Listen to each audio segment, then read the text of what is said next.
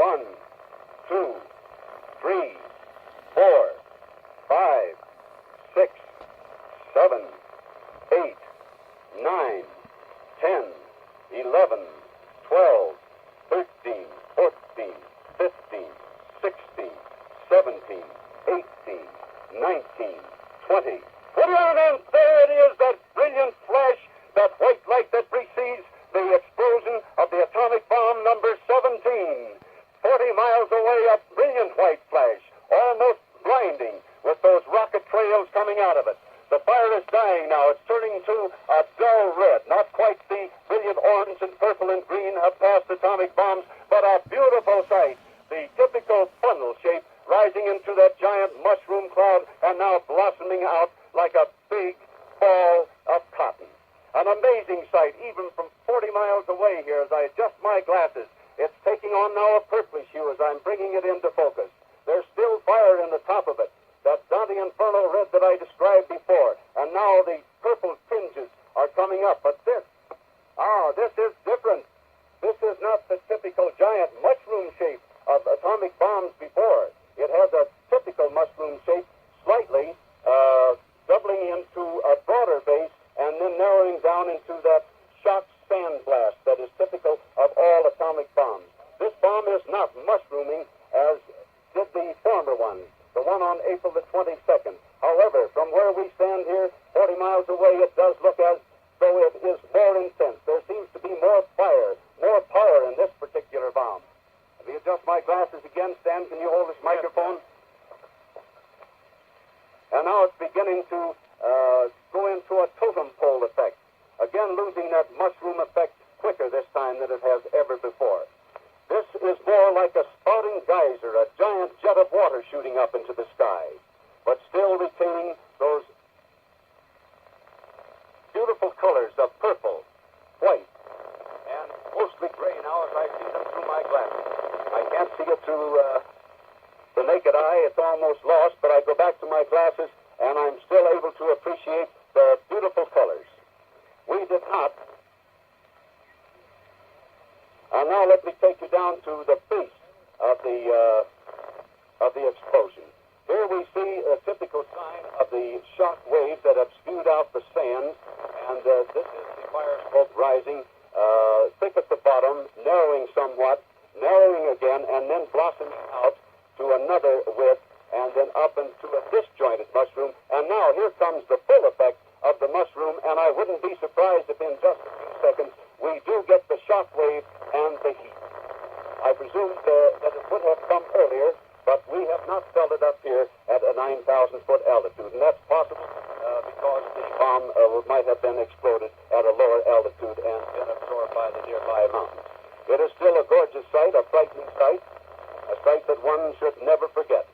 We are indeed happy to be able to bring it to you on your television screens today in its full glory. And to stand here this morning some 9,000 feet above Yucca Flats, wherein we witness the explosion of this 17th atomic bomb, it's almost like standing in reverence and awe of a scientific phenomenon, a combination of man-made metal and scientific endeavor. Plutonium, the man-made metal, combined with Mother Nature's gift to the atomic bomb, uranium-235. An awe-inspiring sight and a fearsome sight. We see now the vast top cloud disintegrating, taking on another shape. Following down this giant stalk, sort of like a jack in the beanstalk, we see the slowly changing colors again from the brilliant white of the top cloud to the darker shades, the lighter gray, and then down to that voluminous column of sand spout. That's the sand that rises from the desert at the percussion of the bomb. The sand that gives way and rises up in protest at being disturbed by this animal of science unleashed in all its mad fury. Some of that fury's gone now as we see it. The cloud's taking on an umbrella shape, sort of like a claw shape, and dismembering itself, like the child of Mother is now on its own. This is the cloud that will disintegrate, go along with other clouds to form perhaps the cumulus clouds to the untrained observer in other states over which it passes, and this is also the cloud which will be tracked by the cloud trackers to determine the amount of yield, as they say in atomic energy parlance, the amount of intensity of the bomb. There again, we're focusing our cameras on that vast sand cloud, which is still reluctant to go back to its former place of rest. A beautiful sight. We are indeed fortunate, even though it is as fearsome as I've described it, and as fearsome as we see it here. That we have been privileged to see this morning as we stand here in this vantage point some 40 miles away. As I mentioned earlier, this bomb seems to have been the most powerful of the 3 or 4 that I've witnessed.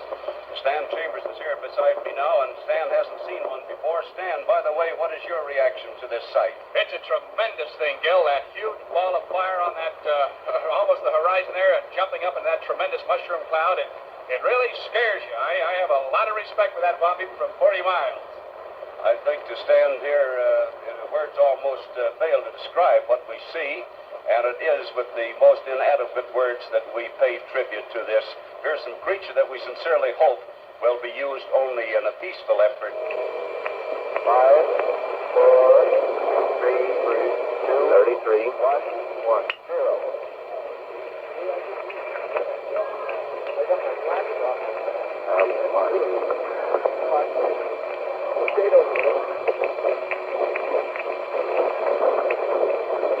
Shockwave will arrive at the control point area in approximately 30 seconds.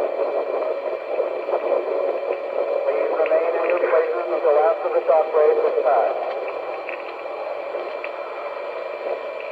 Well, there it is.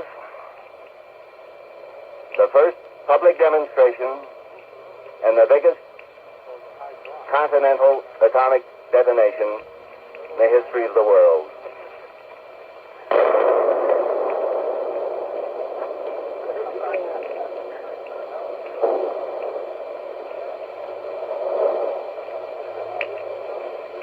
That, of course, was the shock wave. And looking into the cloud, you see the orange, the brown, the dirty black, and the fringed white.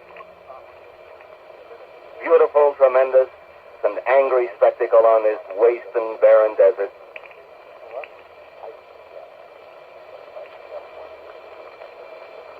Now, here's Fred Henry. Right, an interesting point is that an ice cap will form on top of this cloud as it goes billowing up higher and higher. And it came, as you saw, as a great flash with about 10 parallel white, almost vapor trails along the horizontal on its left side, and then exploded into not the flashy red, brilliant red that we had been led to believe, but it just seemed to hover there for a moment, and then it went up, and now it is pouring into the, like a donut, completely unfolding itself, a huge puff on a pipe almost, and the red and the brown is now tumbling under as white smoke comes down from the top, and the dust across this entire basin goes up almost like a battleship.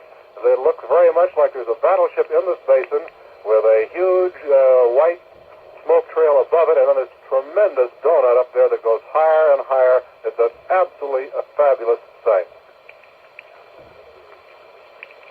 Fred, just looking away from the beautiful mushroom that's turning into that fabulous white now, and down to that ugly gray all across the floor of this valley, you can't help but realize that you could put right inside this proving ground from where we are the entire island of Manhattan, New York City.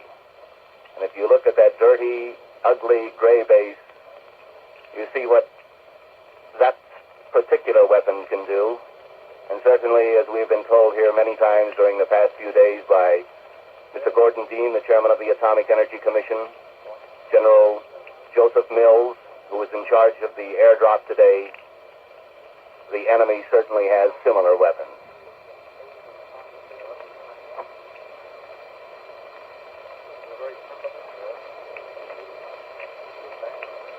The pump is now at about 35,000 feet, and an ice cap is forming at its top.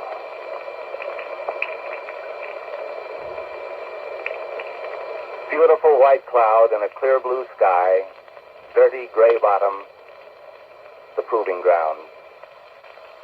Down on our lower camera, I see Grant Holcomb and I believe Hugh Bailey, President of United Press. So this is Fred Henry now switching down to Grant Holcomb.